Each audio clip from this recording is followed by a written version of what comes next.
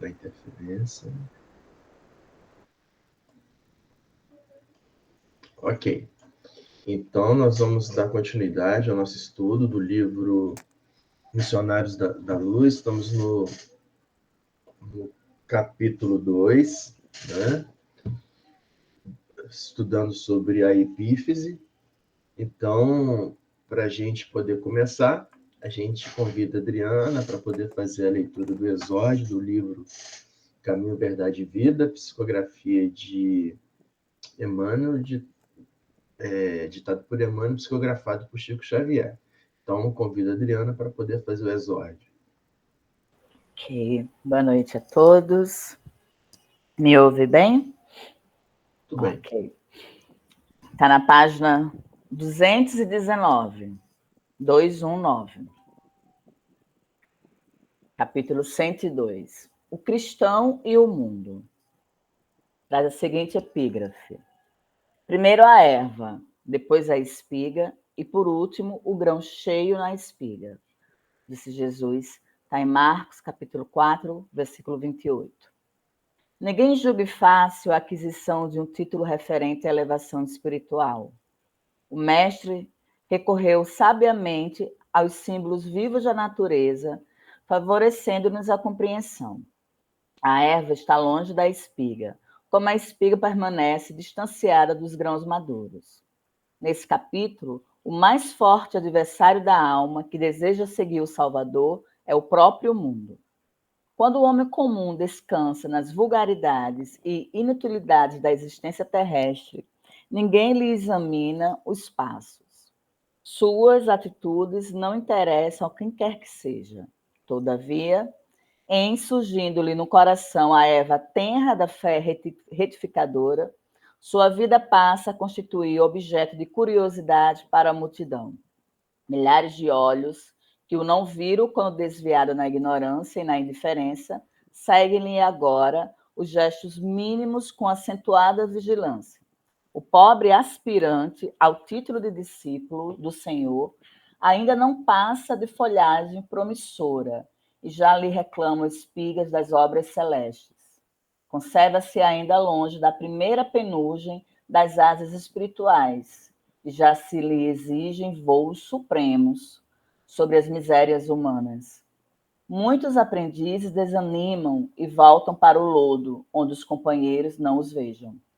Esquece-se o mundo de que essas almas ansiosas ainda se acham nas primeiras esperanças, e por isso mesmo, em disputas mais ásperas, por rebentar o casulo das paixões inferiores na aspiração de subir, dentro da velha ignorância, que lhe é característica, a multidão só entende o homem na animalidade em que se compraz. Ou então, se o companheiro pretende elevar-se, lhe exige de pronto credenciais positivas do céu, olvidando que ninguém pode trair o tempo ou enganar o espírito da sequência da natureza. Resta ao cristão cultivar seus próprios sublimes. Não, resta ao cristão cultivar seus propósitos sublimes e ouvir o mestre. Primeiro a erva, depois a espiga e, por último, o grão cheio na espiga. Que assim seja. Que assim seja, graças a Deus. Então, obrigado, Adriana, pela leitura do exórdio. Ambientados pelo exórdio, nós convidamos a Liana para poder proferir a prece de início.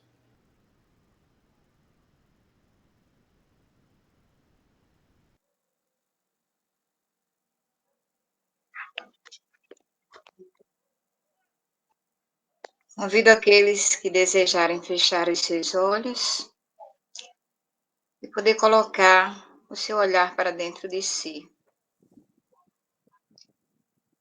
Amado Mestre,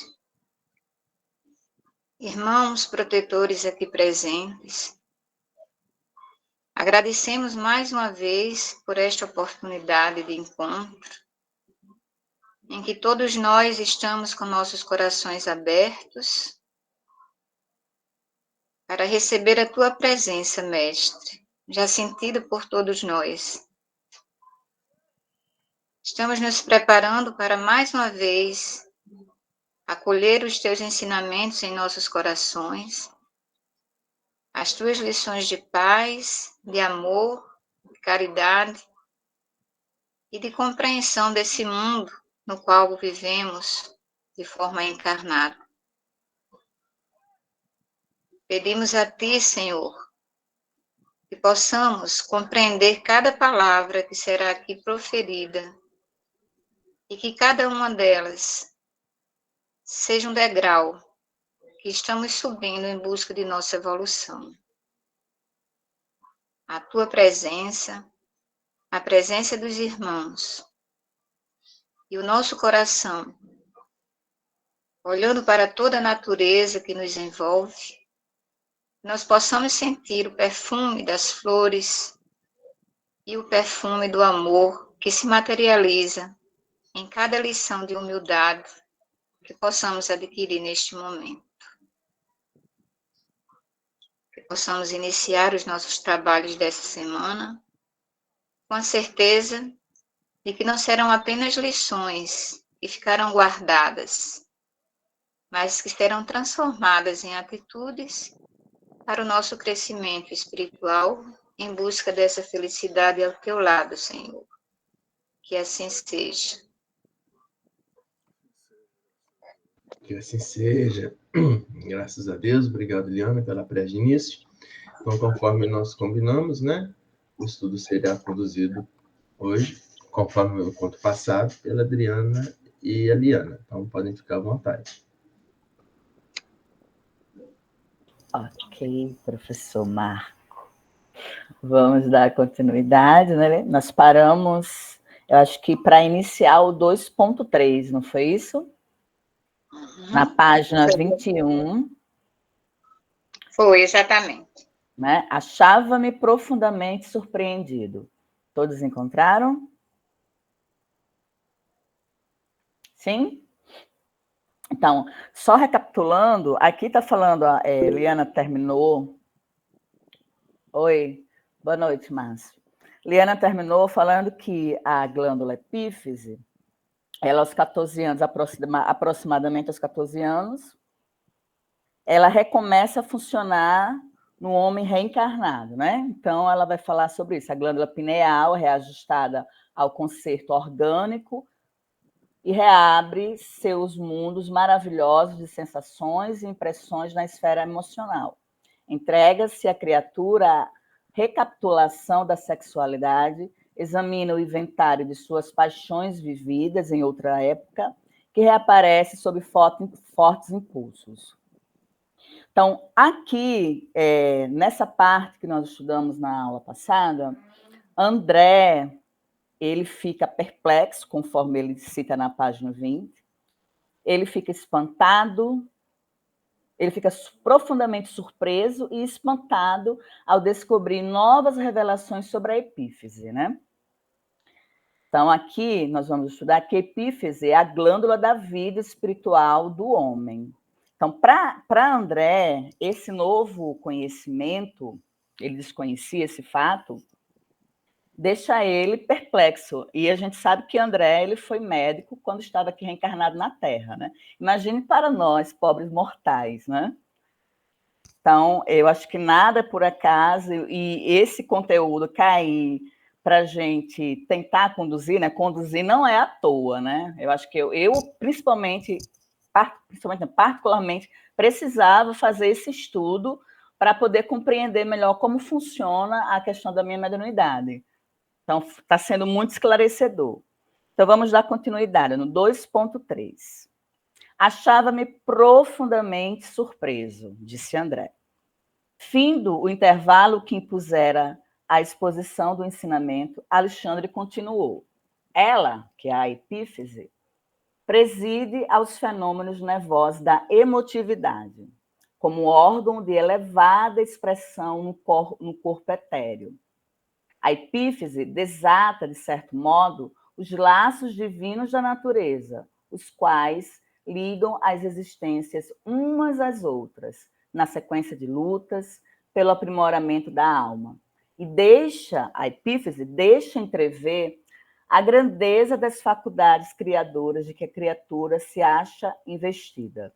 Então, esse parágrafo aqui eu achei particularmente importante, porque vai mostrar que, por volta dos 14 anos, na puberdade, a epífise ela vai recomeçar a funcionar no homem reencarnado e vai ser ligada à emotividade. E junto disso vem todo, de certa forma, a gente, quando reencarna, a gente esquece, né? Passa pelo esquecimento do que nós vivemos nas outras reencarnações, no passado, no pretérito. Mas, se bem eu me recordo, quando a gente faz assim, por volta dos 13, 14, 15 anos, você entra naquele mundo assim, você deixa de ser criança e você vem uma impulsividade, vem lembranças, você começa a se desentender com quem você tinha assim grande amor, grande carinho, grande respeito, você começa a discordar.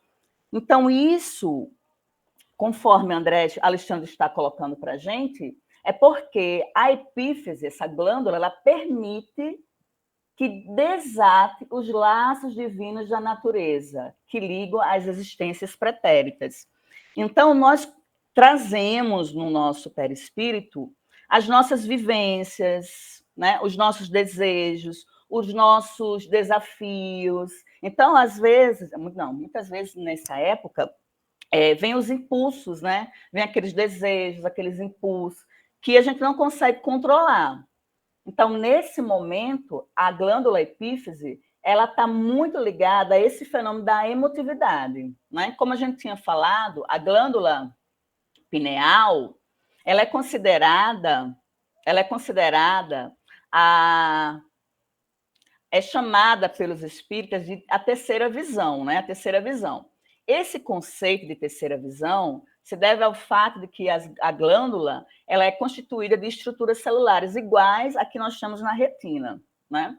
Então, diversas religiões e correntes filosóficas, assim como o espiritismo, acredita que a epífise é o órgão que possibilita a comunicação com o mundo espiritual.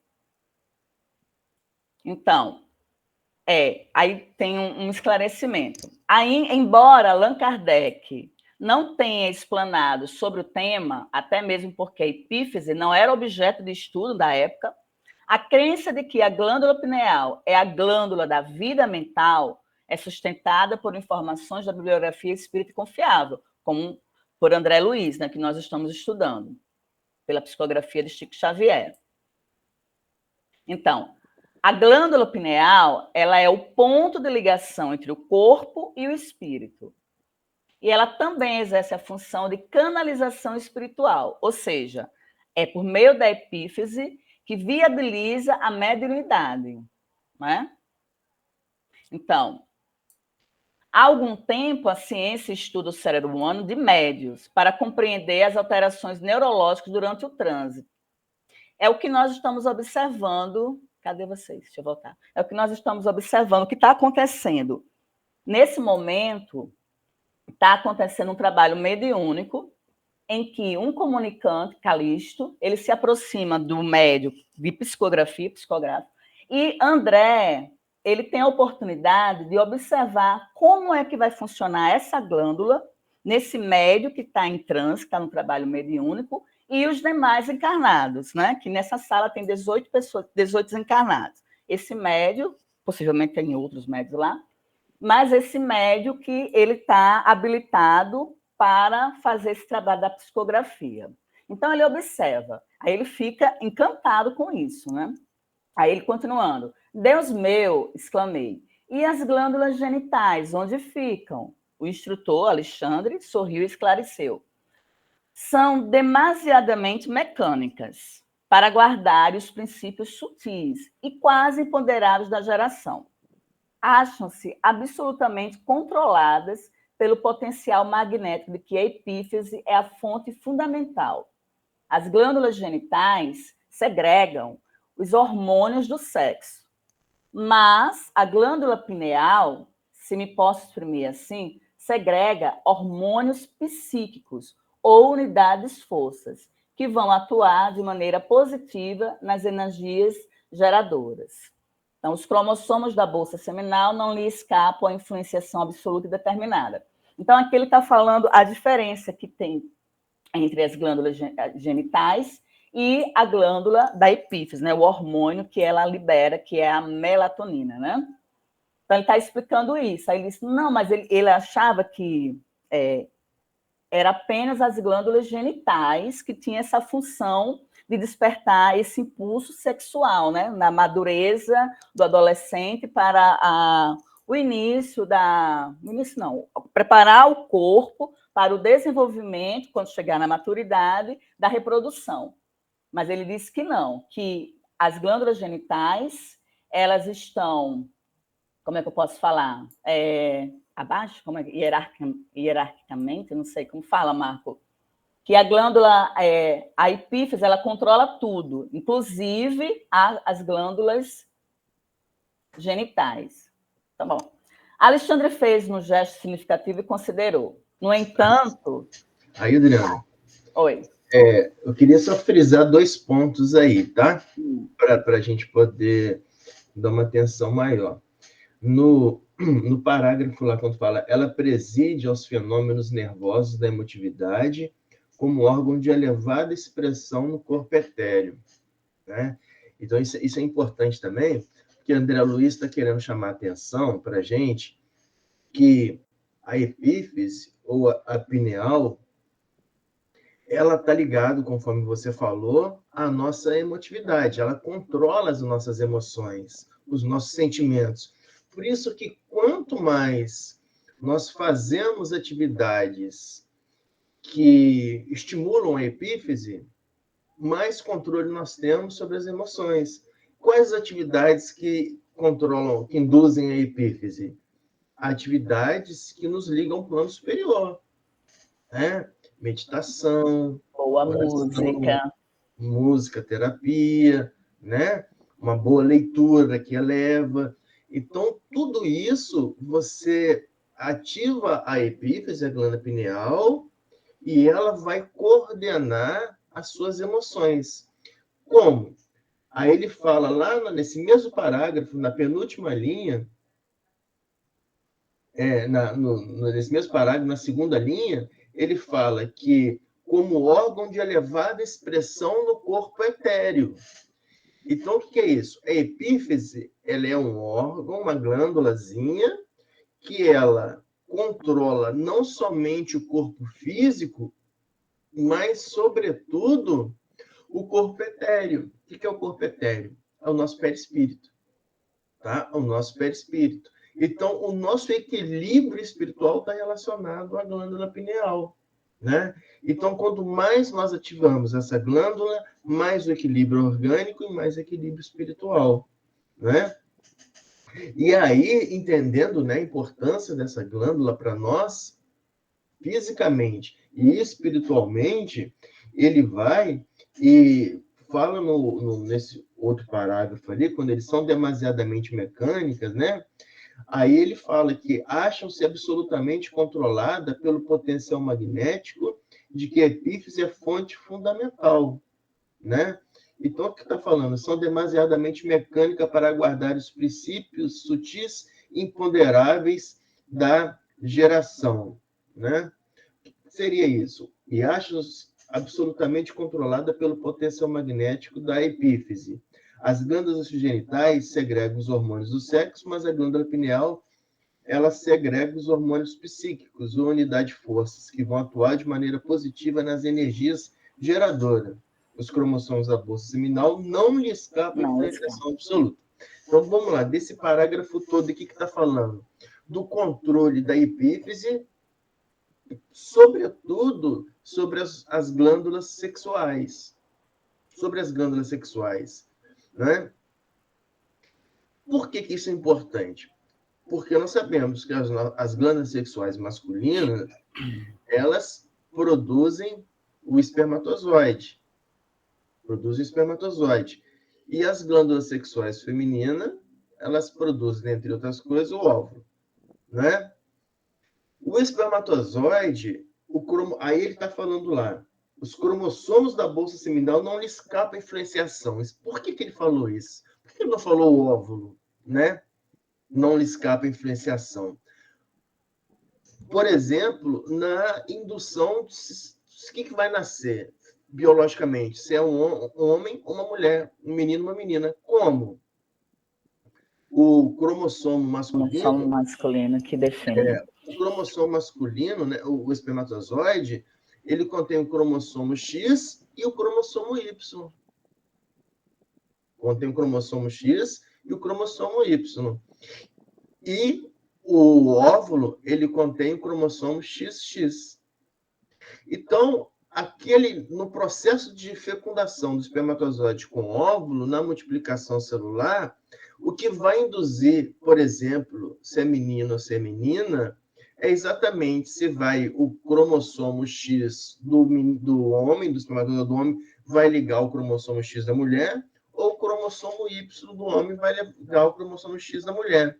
Se o cromossomo X do homem ligar ao da mulher, vai formar XX, vai ser uma mulher. Se o cromossomo Y do homem ligar ao X da mulher, vai formar XY, que é um homem. Então, você veja que nada é por acaso na natureza, né? Tudo é controlado. Tudo... E a gente lembra, né, que a hipófise controla o perispírito, e no perispírito está registrado, desde o nosso nascimento, as provas que nós devemos nos submeter. Por exemplo, se você vai encarnar um homem, se você vai encarnar mulher. Por exemplo, se você tem lesões no seu perispírito, né, que vai indicar um desenvolvimento anormal de determinada parte física, se você tem compromissos no plano espiritual de nascer com determinada deformidade, né? Por exemplo, por missão. Você fala, não, eu quero nascer, eu preciso nascer com determinada deformidade, por exemplo, paralítico, paraplégico, para quê? Para que eu possa ensinar com a minha impossibilidade o meu amor manifesto para todos aqueles que estão ali perto de mim. Então, é um compromisso espiritual. Então, a epífise controla isso tudo, desde a formação celular, a multiplicação das células embrionárias, gerando o corpo físico em função do corpo espiritual. Tá? Então, quem que vai determinar a formação do nosso corpo físico é o nosso corpo espiritual. E quem vai fazer essa conexão entre o corpo espiritual e as células que vão se multiplicar para formar o corpo físico é a epífise, né? Então, esse parágrafo é muito importante para que nós tenhamos esse entendimento, né? Ah, poxa, como que eu vou nascer homem, como que eu vou nascer mulher em função dos compromissos que eu tenho no plano espiritual? Tudo relacionado ao seu perispírito, os compromissos que você adquiriu e a epífise controlando isso daí desde as primeiras multiplicações celulares. Ok? Ok. Certinho. Aqui. E quem nos trouxe esses ensinamentos relacionados à glândula pineal foi André Luiz, né? O espírito se comunicava frequentemente com Chico Xavier, fez revelações importantes em relação à epífise que os cientistas ainda não haviam identificado na época, como, por exemplo, a ligação da glândula pineal à produção de melatonina. A descoberta da medicina que confirmou essa característica só aconteceu em 1958, 13 anos depois da revelação de André Luiz, né? Isso aí eu achei bem interessante, essa observação, que o livro foi escrito em 1945, só 13 anos depois que eles vieram fazer essa descoberta da função da glândula da epífise. Tá, continuando. Alexandre fez um gesto significativo e considerou: no entanto, não estamos examinando problemas de embriologia. Não é? Marco já deu uma aula agora. Limitemo-nos ao assunto inicial e analisemos a epífise como glândula da vida espiritual do homem. Então, esse foi o grande ensinamento desse capítulo para André Luiz, que a epífise ela é uma glândula da vida espiritual do homem. Até então, mesmo ele tendo sido médico, na sua última reencarnação, ele desconhecia isso. Por isso que ele se diz perplexo, surpreso e espantado com tudo aquilo que ele estava aprendendo. Dentro do meu espanto, guardei rigoroso silêncio, faminto de instruções novas. Então, passo agora para a Liana. Liana, o microfone. Boa noite novamente a todos. Boa noite. Dando prosseguimento à leitura, na página 22, em que já se criou uma expectativa, né? Na página 21, com as últimas palavras lidas por Adriana, e dentro do meu espanto guardei rigoroso silêncio, faminto de instruções novas. E isso cria também uma expectativa em nós, né, leitores, à medida que estamos avançando no estudo. Segregando delicadas energias psíquicas, prosseguiu ele. A glândula pineal conserva a ascendência em todo o sistema endócrino.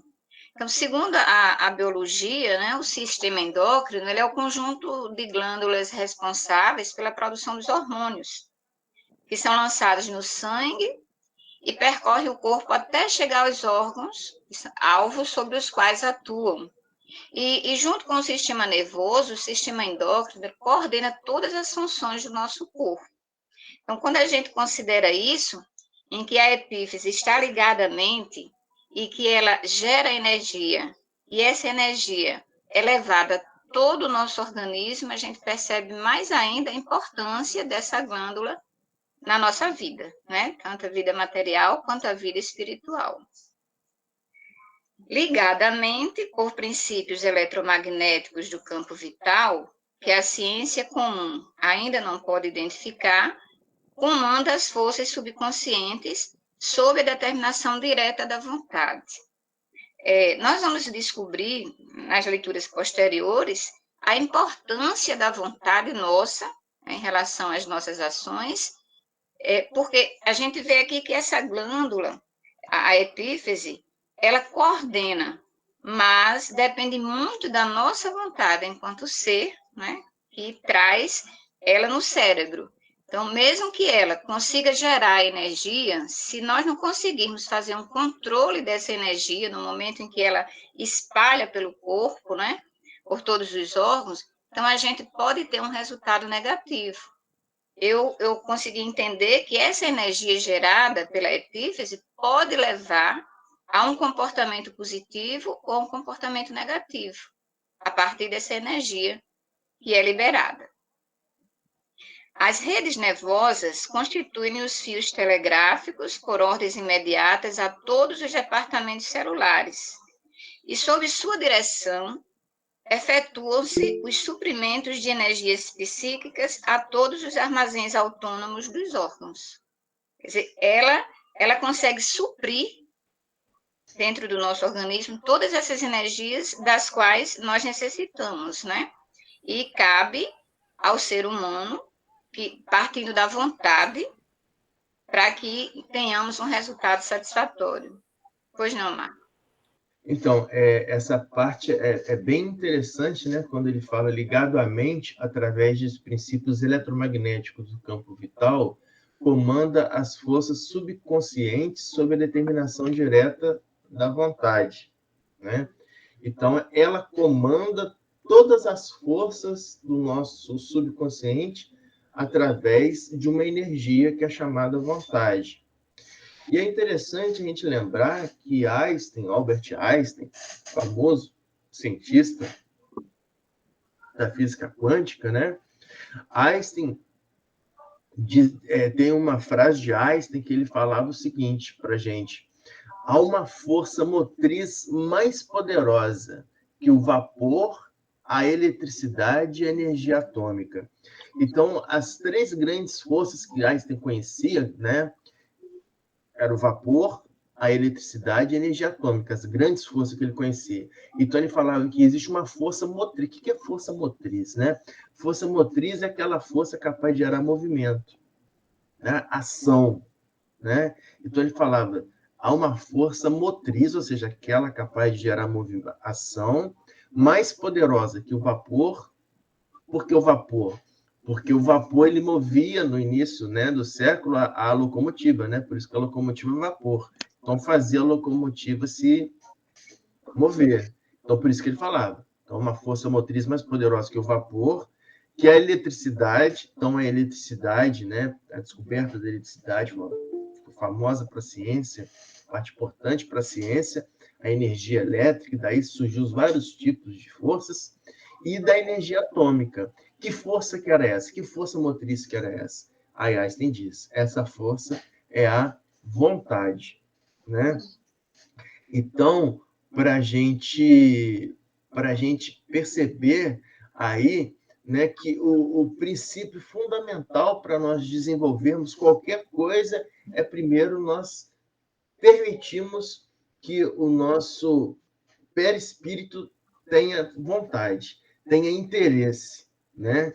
Então é a partir desse interesse então que gera uma força que nós desconhecemos e essa força então a epífise vai e controla para gerar no seu corpo todas as condições para que você realize esse projeto, né? Então isso é bem interessante essa casadinha aí entre essa frase e a publicação de Einstein. Ok, Leandro. Manancial criador dos mais importantes, suas atribuições são extensas e fundamentais.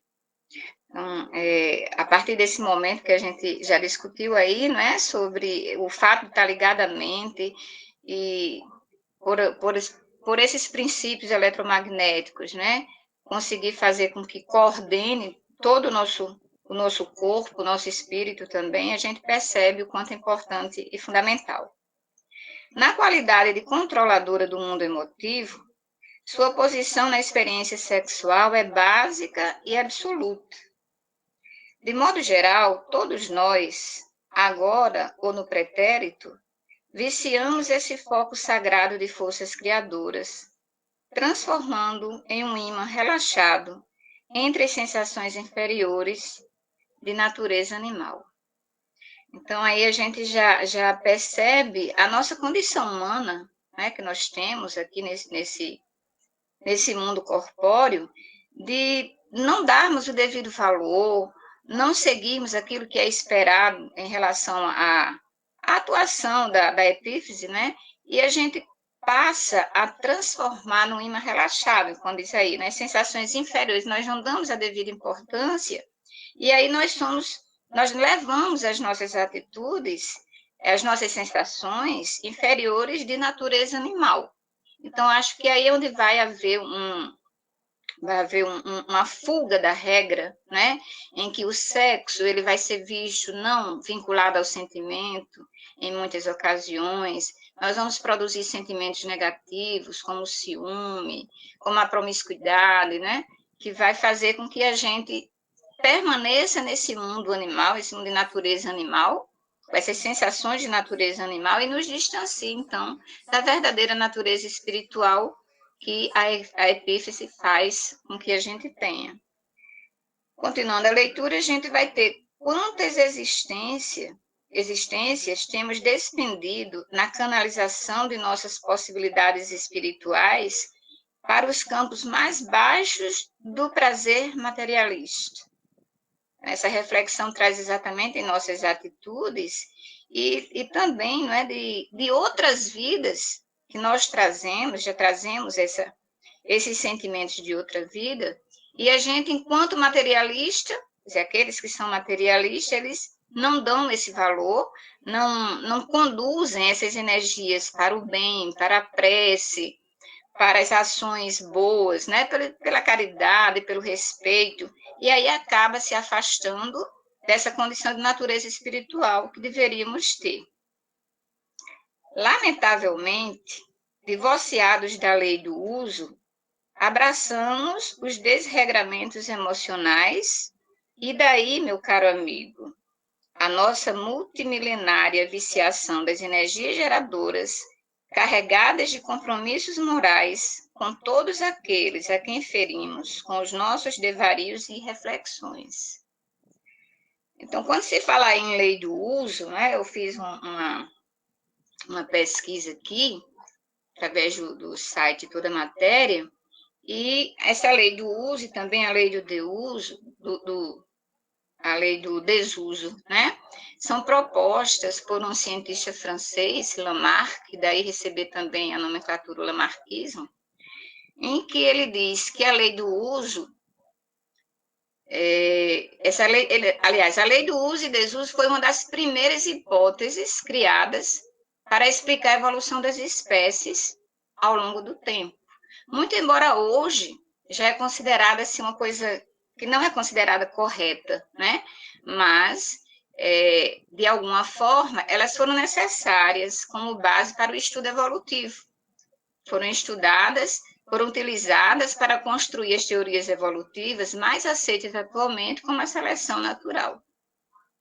E essa lei, particularmente, ela vai nos dizer o seguinte: segundo o estudioso, caso Lamarck, o meio teria tanta influência sobre um ser vivo a ponto de forçar modificações em suas estruturas corporais, torná-lo mais forte ou mais alto ao longo do tempo, por exemplo. Então, se um animal de pescoço baixo vivesse em um local em que todas as árvores frutíferas têm galhos altos, aos poucos, o pescoço desse indivíduo cresceria ao ponto de permitir a sua alimentação.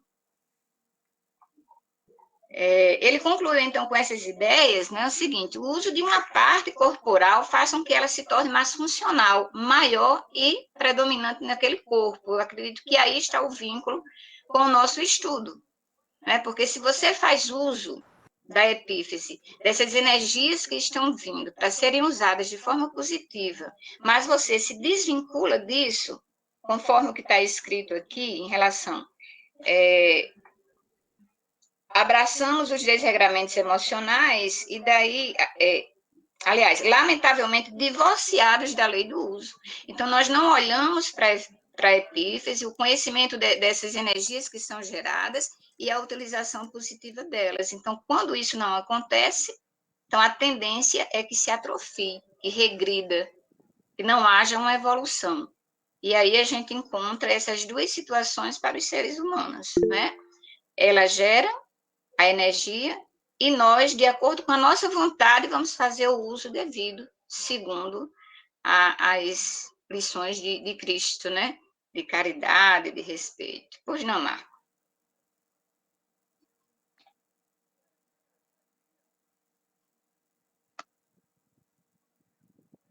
Então, eu queria chamar a atenção em 2 pontos aí desse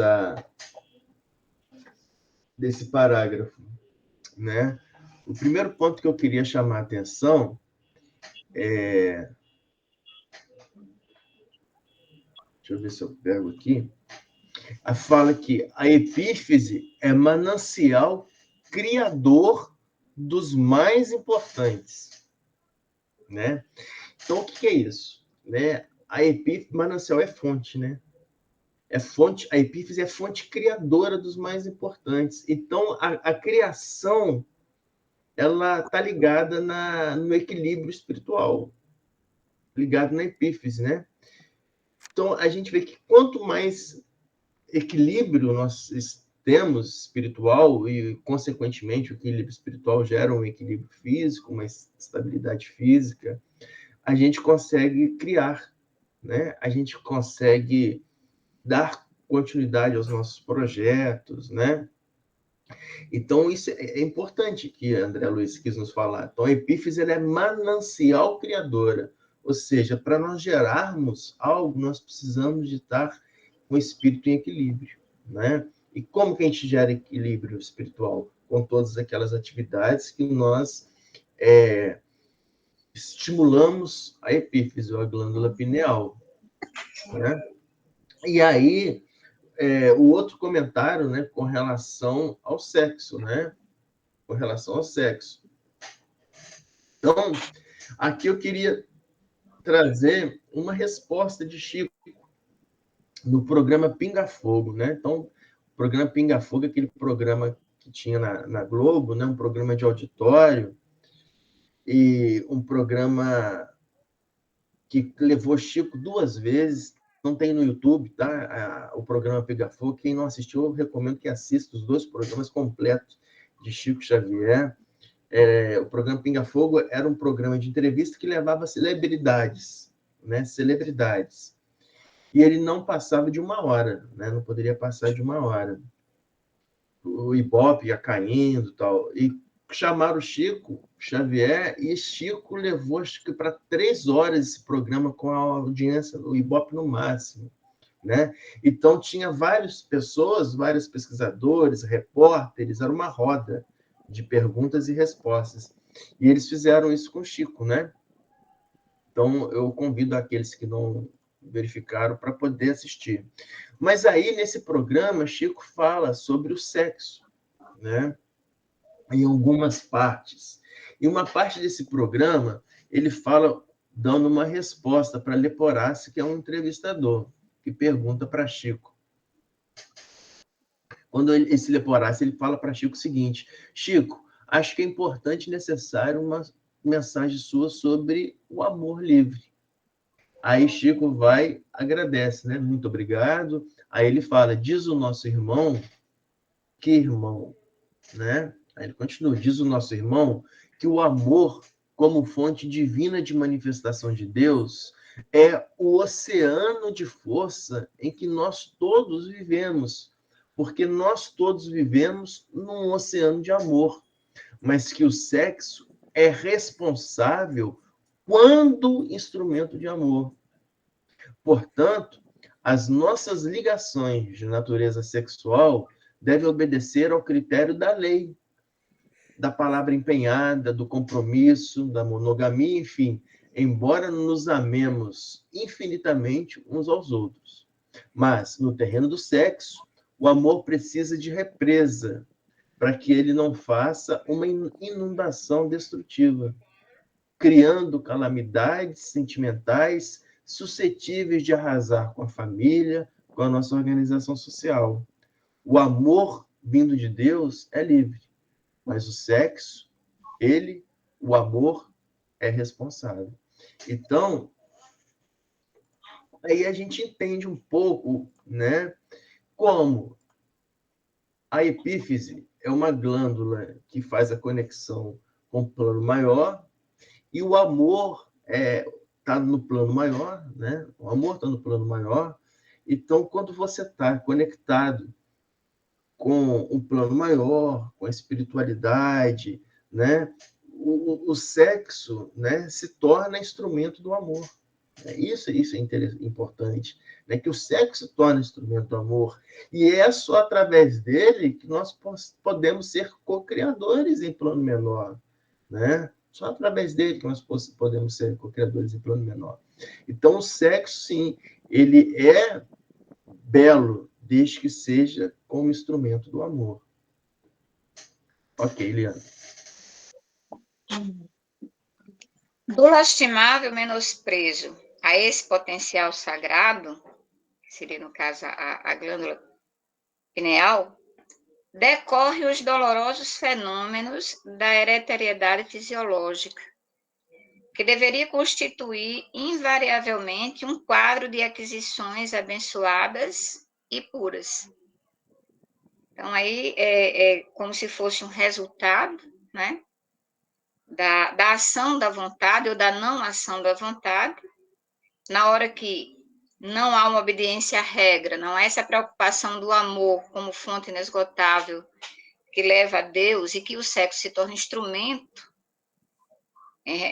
junto com o amor. Então, na hora que essa visão aí não é observada, então, como resultado disso, a gente vai ter essa situação aí que decorre dos dolorosos fenômenos da hereditariedade fisiológica, né? E, diferentemente daquele quadro de aquisições abençoadas e puras, que seria exatamente nossas ações, nossas vontades voltadas para as coisas boas, para as boas energias que vêm da glândula. A perversão do nosso plano mental consciente, em qualquer sentido da evolução, determina a perversão do nosso psiquismo inconsciente, encarregado da execução dos desejos e ordenações mais íntimas, na esfera das operações automáticas. A vontade desequilibrada desregula o foco de nossas possibilidades criadoras. Né? Então, é o que a gente vem colocando aí, esse desequilíbrio. A energia é trazida pela epífise, mas tem que haver um equilíbrio. Se não houver um equilíbrio, então a gente vai ter ou esse movimento negativo, né? Ou o lado positivo das nossas potencialidades criadoras. E aí a vontade, como foi colocado aqui, a vontade desequilibrada desregula o foco de nossas potencialidades. E a importância dessa vontade, né, em todo esse processo é muito grande. E aí eu fui ver no Livro dos Espíritos, na questão 908, que fala das paixões, né, e as paixões são sentimentos que estão, de certa forma, ligados aos nossos estudos de hoje. Na questão 908, Kardec pergunta: como definir o limite em que as paixões deixam de ser boas ou mais? E a espiritualidade responde: as paixões são como um cavalo, que é útil quando está dominado, e que é perigoso quando ele é que domina. Reconhecei, pois, que uma paixão se torna perniciosa a partir do momento em que não podeis governá-la, e que ela tem por resultado um prejuízo qualquer para vós ou para outrem. As paixões são alavancas que decuplicam as forças do homem e o ajudam na realização dos objetivos da providência. Mas se, em lugar de dirigi-las, o homem se deixa dirigir por elas, caem os excessos e a própria força que em suas mãos poderia fazer o bem, recai sobre ele e o esmaga. E na questão 911, né, estava lendo a 908, na 911, eu vi um questionamento muito interessante em relação a isso aí, a vontade. Kardec pergunta: não há paixões tão vivas e irresistíveis que a vontade não tenha poder para superá-las? E a resposta: há muitas pessoas que dizem, eu quero, mas a vontade não está senão nos lábios. Elas querem, mas estão bem contentes que assim não seja. Quando se crê não poder vencer suas paixões, é que o espírito nelas se compraz em consequência de sua inferioridade. Aquele que procura reprimi-las compreende sua natureza espiritual. As vitórias são para ele um triunfo do espírito sobre a matéria. Então, a importância da gente ter o equilíbrio partindo de nossas vontades, né? Se você diz assim, eu quero emagrecer, mas se essa vontade não está mesmo dentro de você, é só, digamos assim, da boca para fora, né? Então não vai adiantar, porque a partir dessa falta de vontade é que a gente não consegue ter esse equilíbrio tão necessário para que a gente tenha uma vida espiritual equilibrada. E a partir daí nós temos um parágrafo que a Adriana vai dar continuidade, né? Eu vou apenas iniciar. Daí procede a necessidade de regras morais para quem, de fato, se interesse pelas aquisições eternas nos domínios do espírito. Renúncia, abnegação, continência sexual e disciplina. Pode retomar o parágrafo, Adriana. Se não tiver alguém para fazer algum comentário. Levantou a mão. Antes da Adriana começar, deixa eu só fazer uma retomada que eu acho interessante sobre o que a Liana falou sobre a vontade, né? Então, ela trouxe para a gente aqui duas questões importantes do Livro dos Espíritos. A questão 908 e a questão 911. A questão 909 também é uma questão importantíssima que fala sobre a vontade, né? Então, nessa questão, você não chegou a comentar não, né, Liana? Não. Tá. Então, eu fiz a leitura só para mim, mas não cheguei a comentar. Tá. Então, essa questão 909 é interessante porque Kardec vai e pergunta, né, para os espíritos: poderia sempre o homem, pelos seus esforços, vencer suas más inclinações? né? Então, aqui a gente pode interpretar como má inclinação todo desequilíbrio nosso. Todo desequilíbrio nosso, né? Porque os nossos desequilíbrios, eles são resultantes dos nossos desvios do plano de Deus, da lei de Deus, né? Então, toda vez que nós desviamos da lei divina, nós temos os desequilíbrios. E os desequilíbrios nos geram nossas más inclinações. As más inclinações, o que são as más inclinações, né? As más inclinações são as vontades de realizarmos, continuarmos realizando coisas que nos desviam do plano divino. Isso que são más inclinações, né? E aí, Kardec pergunta para os espíritos sobre essa força, né? Sobre essas más inclinações. Então, pergunta: poderia sempre o homem, pelos seus esforços, vencer suas más inclinações? Ou seja, será que só o homem mesmo ele consegue vencer as más inclinações? Aí os espíritos respondem: sim. E frequentemente, fazendo esforços muito insignificantes. Isso é interessante, né? Então, Kardec pergunta: pode o homem, por ele mesmo, vencer as más inclinações? Os espíritos respondem: sim. E mais, fazendo esforço, na maioria das vezes, muito insignificante. Aí Kardec pensa, né? Ué, mas se pode, por que a gente não consegue, né? Por que a gente não consegue vencer as nossas más inclinações? Aí o Espírito continua: o que lhe falta é a vontade. Ah, quão poucos dentre vós fazem esforços, né? Continua o Espírito falando para a gente.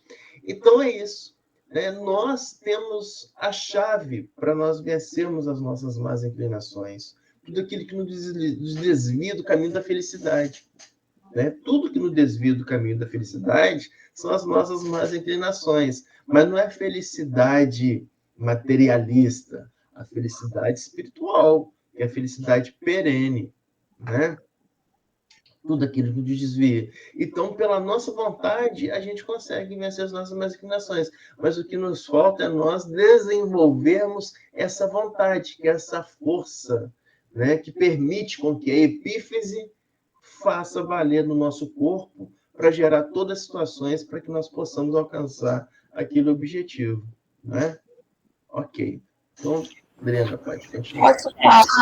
Posso falar rapidinho? Pode. É porque eu também estudo, só que a gente já está no livro No Mundo Maior. E aí tem um capítulo que fala sobre sexo.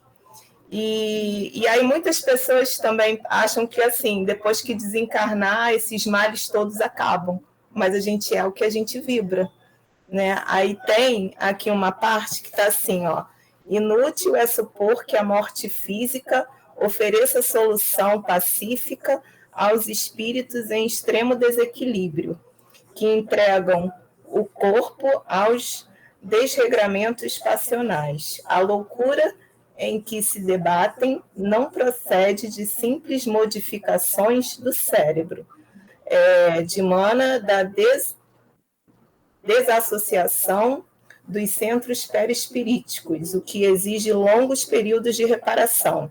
Aí depois, num outro trecho, vem dizendo: a sede do sexo não se acha no corpo grosseiro, mas na alma, em sua sublime organização. Então, assim, também é um outro esclarecimento, né? Que a gente acha que tudo é carnal, mas não, também é o que a gente pensa, né? É como a gente age nas atitudes.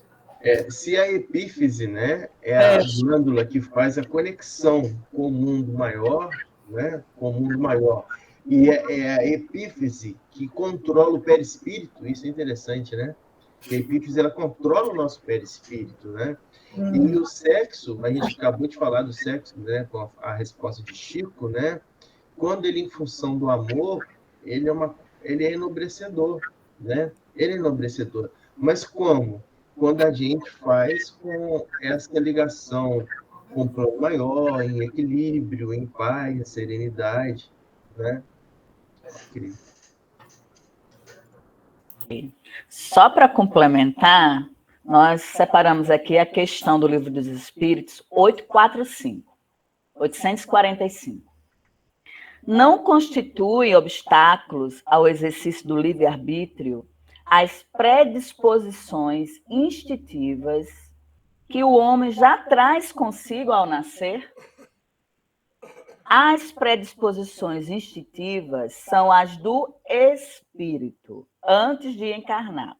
Conforme seja este mais ou menos adiantado, elas podem arrastá-lo à prática de atos repreensíveis, no que será secundado pelos espíritos que simpatizam com essas disposições. Não há, porém, arrastamento irresistível, uma vez que se tenha a vontade de resistir. Lembrai-vos de que querer é poder. Só para complementar com o que vocês falaram aí. Então, dando continuidade. Onde foi que parou, Liana? Oi, Kedma. Beleza. Assim, sobre essa questão aí que está falando, né, do sexual, né, da sexualidade e tudo mais, né,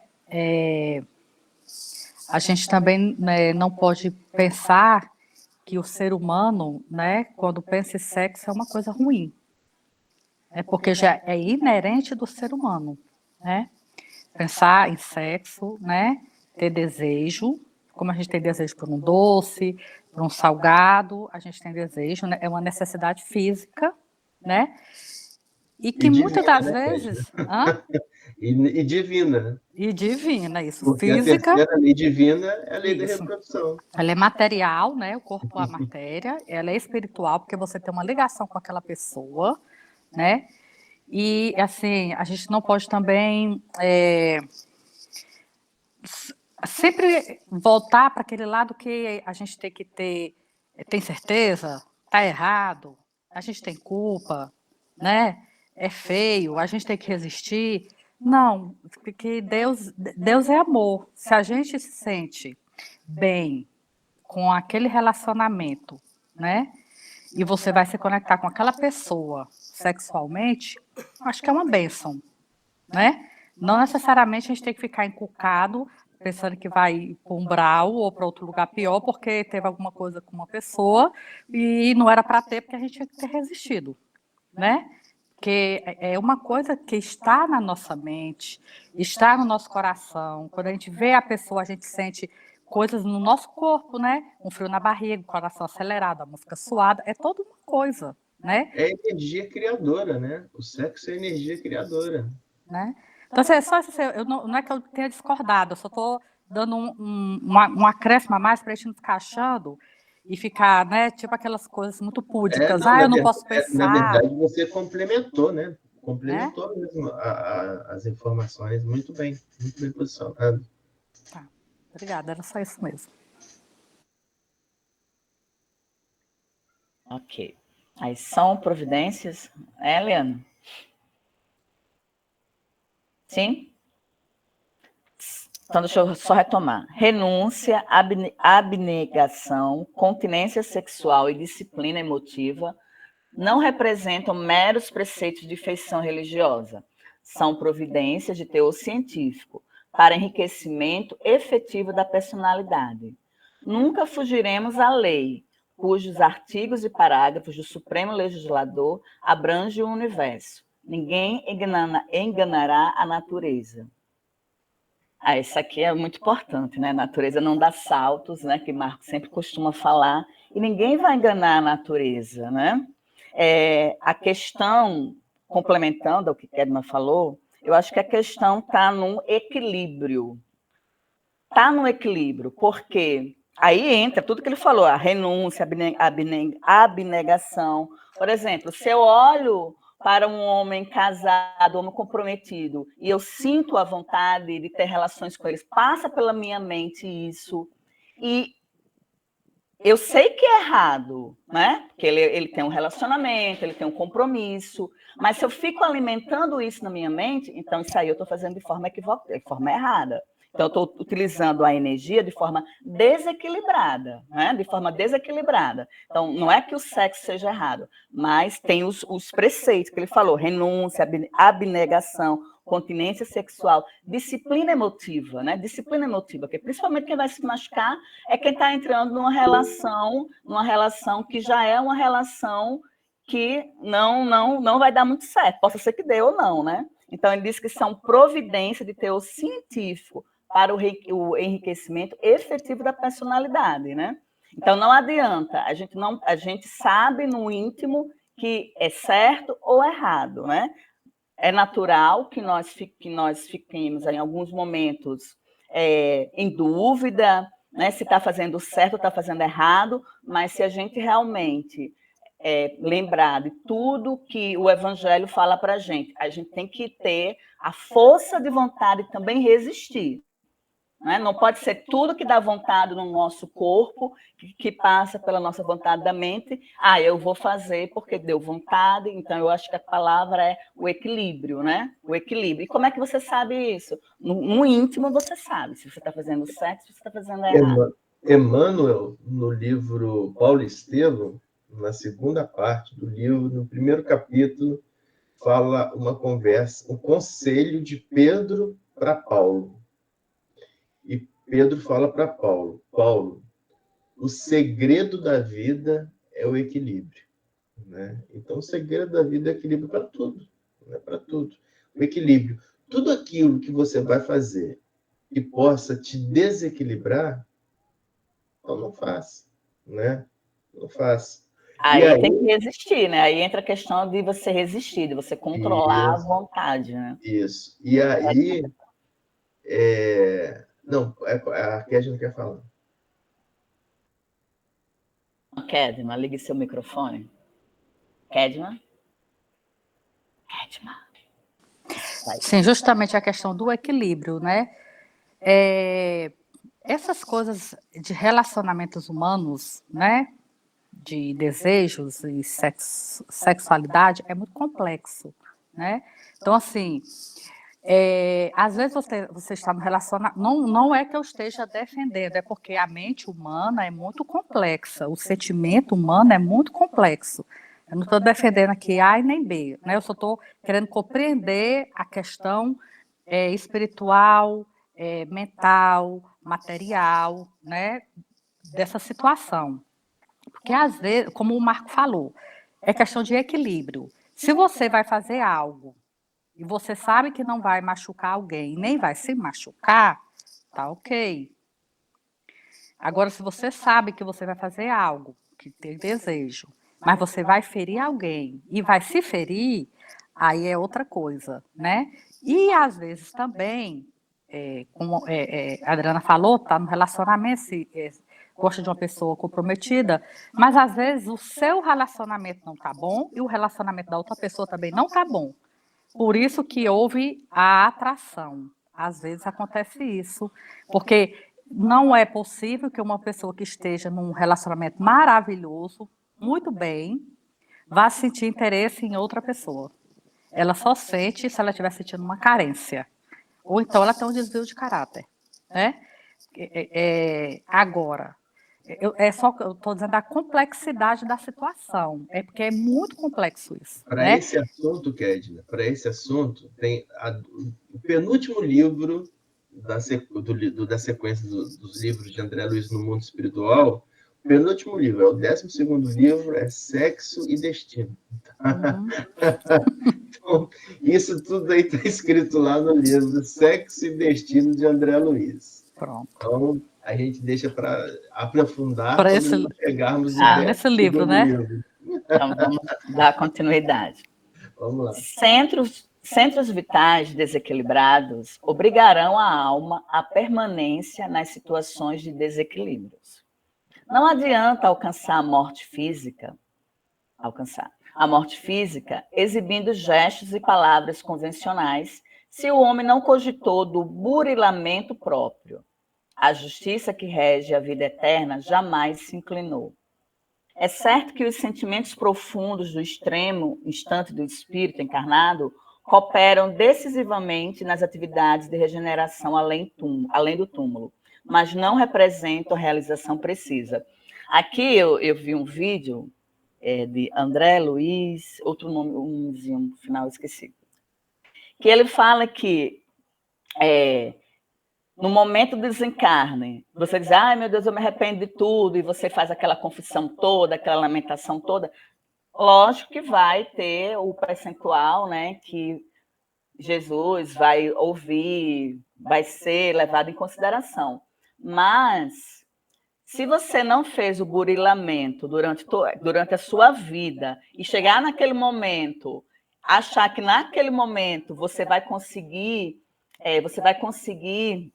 apagar todos os seus erros, aí ele diz que isso aí é um engano, né? É um engano, né? Que a justiça que rege a vida eterna jamais se inclinou. Mesmo sendo um sentimento profundo, mas não justifica. Você tem que procurar o burilamento. Ao outro eu dou o direito dele ser como é. A mim eu dou o direito de ser melhor a cada dia, né? Cada dia eu tenho que procurar ser melhor do que ontem, né? Então, o instrutor Alexandre falava com tom sublime, pelo menos para mim, que pela primeira vez ouvia comentários sobre consciência, virtude e santificação, dentro de conceitos estritamente lógicos e científicos no campo da razão. Deixa eu fechar aqui o WhatsApp, o web. Agora, aclaravam-me os raciocínios, de modo franco. Receber um corpo nas concessões do reencarnacionismo não é ganhar um barco para nova aventura, ao acaso das circunstâncias, mas significa responsabilidade definida nos serviços de aprendizagem, elevação ou reparação, nos esforços evolutivos ou redentores. Então, aqui a importância da reencarnação, né? Receber um corpo, ela vem com responsabilidade, né? Muita responsabilidade na aprendizagem, na evolução, em a gente tentar reparar os nossos erros, não cometer o mesmo erro, né? Não é que errando que se aprende, que o que se aprende é você refletindo sobre o seu erro para não errar mais, né? Não cometer mais aquele erro, refletindo sobre ele. Porque se você não refletir, você vai continuar errando, porque você não está trazendo para a reflexão a luz do ensinamento de Cristo, né? Porque tudo está exemplificado no Evangelho, tudo, né? Jesus veio para exemplificar toda a lei de Moisés, todas as leis, a lei que existia. Então, ele veio exemplificar por meio do amor. Então, às vezes tem dúvida de alguma coisa, como é que deve ser a nossa conduta? Não é fácil isso, não é fácil, é um exercício realmente diário. Mas o nosso objetivo de estar reencarnado é melhorar um pouco a cada dia, né? Subir um degrauzinho, pelo menos, em cada reencarnação. Compreende agora, Alexandre está falando, compreende agora as funções da epífise no crescimento mental do homem e no enriquecimento dos valores da alma? Dos valores da alma, né? Quais são os valores da alma? Indagou-me o orientador.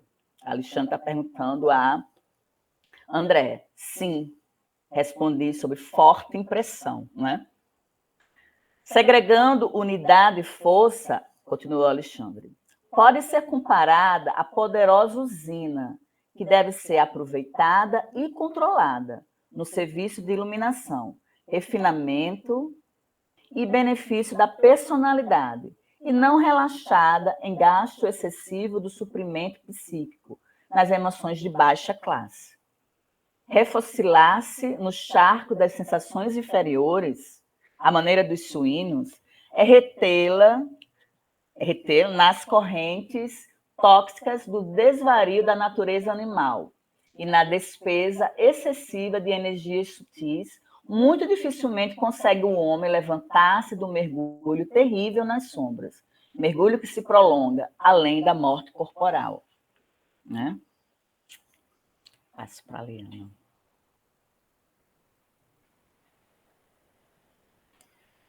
Marco quer falar alguma coisa sobre segregando unidades força? Ou não? Já falou que são os chakras, né? As energias. Unidade força é a energia que é colocada em motor por meio da epífise, né? Eu tinha até colocado aqui, só um minutinho, Marco. Peraí, só um minutinho. Aqui, só um minutinho. A glândula epífise consegue captar os sinais de onda das frequências de partículas com velocidade acima da velocidade da luz. A pineal é o único órgão capaz de transformar estímulos eletromagnéticos em estímulos neuroquímicos. Aqui está no Mundo Espírita, na revista Mundo Espírita. Então, continue. Vai falar? Não. Sim, então, é isso mesmo, né, que a Adriana falou. Então, segregando unidades força pode ser comparada à poderosa usina. Então, a epífise, segregar unidades força é enviar energia para o corpo inteiro, para equilibrar o corpo. E para o perispírito também, ela está ligada ao perispírito, né? E como era uma usina poderosa, ela deve ser aproveitada para quê? Para o serviço de iluminação, refinamento e benefício da personalidade. Para então, essa usina elétrica que nós temos no corpo, que é a epífise, ela tem que ser aproveitada para serviços nobres, enobrecedores. Serviços de iluminação, refinamento e benefício da personalidade. Então, tudo aquilo que você coloca esse potencial energético, né, naquilo que vai te fazer crescer, né, é isso que você tem que aproveitar, essa energia benéfica da epífise. E quanto mais você coloca essa energia em função do seu crescimento, em função do seu equilíbrio, mais você retroalimenta a epífise, né? Mais você retroalimenta a epífise. Porque nós vimos que quando a pessoa está desenvolvendo atividades, por exemplo, de oração, que é a conexão com o plano maior, ou seja, está gerando uma energia para ela mesma. Por quê? Porque nós vimos lá que no serviço de imagem, né, nas tomografias, ou emissão de pósitron, a PET scan, mostra que nessas pessoas a epífise está altamente energética, né? Altamente energética. Então, é isso aí que a Adriana estava comentando. Ok, Adriana, pode ir. Só terminar eu acho que, Liana, vou só terminar esse período, certo? Em vista disso, é indispensável cuidar atentamente da economia de forças em todo o serviço honesto de desenvolvimento das faculdades superiores. Marco, pela hora, são 9h03, a gente continua? Ou a gente para, a gente continua com a leitura, eu acho que dá tempo, ou a gente para continuar o estudo na próxima? O que você fala? Acho que a gente pode terminar o parágrafo, né? Ah, não. O parágrafo é grande, né? Por isso que eu parei aqui. Quem você parou além da morte corporal, A Eliana continuaria. Aí, próxima, né? Vou terminar aqui, ó. Em vista disso, né? Isso. É indispensável cuidar atentamente da economia de forças em todo serviço honesto de desenvolvimento de faculdades superiores. Então, é isso que a gente estava comentando, né? Então, é isso que a gente estava comentando. Meu som está chegando bem aí? Sim, tá ótimo. Tá ótimo o som. Tá. É isso que a gente estava comentando, né? Evitar desperdício energético para aquilo que possa nos desequilibrar. Evitar desperdício energético. Então, colocar toda a energia para aquilo que nos gera equilíbrio, né? Então, evitar desperdício de força. É isso que a André Luiz passou para a gente aí no final dessa frase, né? Então, alguém quer fazer algum comentário final? Eu só vou acrescentar aqui, nessa reflexão, né?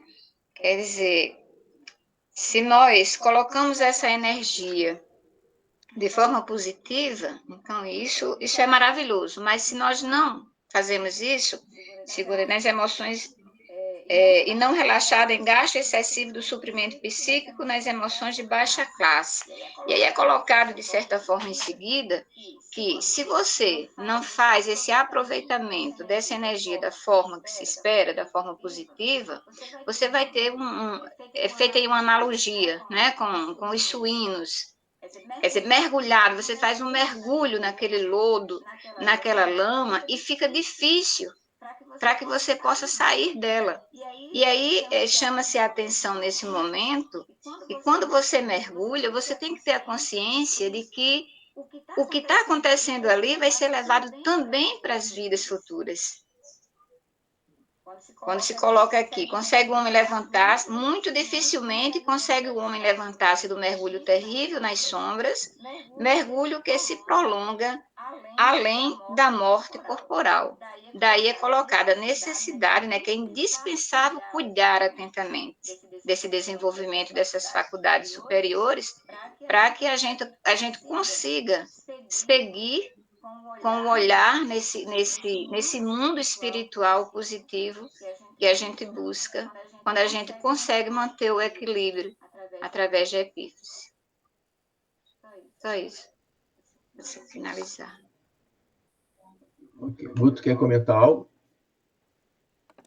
Não? Ok. Você está sem sono? Guto está tão calado. Tá bom. Tá bom. Ele pediu para esperar. Vai lá em Malu dar o recado. Ele vai lá em Malu dar o recado. Aposta quando? Olha aí, ó. Ô, Marcos, pulou o quarto, foi? Por alguma razão, eu não estou conseguindo ainda controlar, porque eu começo muito bem, vocês começam me ouvindo, e depois o som some. E para eu mexer no som, eu vou atrapalhar o nosso projeto. Vai começar a aparecer um monte de coisa na tela, né? Então, por isso... Tá? E das coisas que eu teria que dizer... a seguir foram faladas muito bem pela Eliana e pela Adriana. Coincidentemente, elas falaram aquilo que eu estava preparado para dizer. Então, por hoje ficamos assim. Joana de Anjos fala que coincidência é a presença discreta de Deus propositadamente programada para dar certo na hora exata e nas circunstâncias ideais. Eu não vi nada.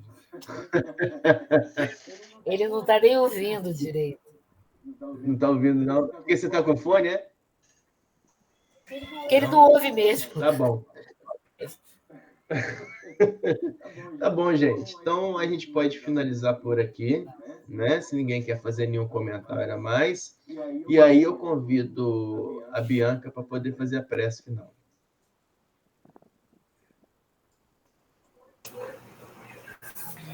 Vamos lá. Vamos agradecer com muito amor no coração. Agradecer, mestre, por este momento de estudo, onde a gente consegue aí abrandar mais os nossos corações, equilibrar os nossos chakras, são os nossos pontos energéticos. Nós conseguimos sintonizar com mais facilidade aí as energias salutares, as energias de amor, vindas dos nossos irmãos de luz, de toda a egrégora amiga que nos acolhe, nos direciona sempre no caminho do bem.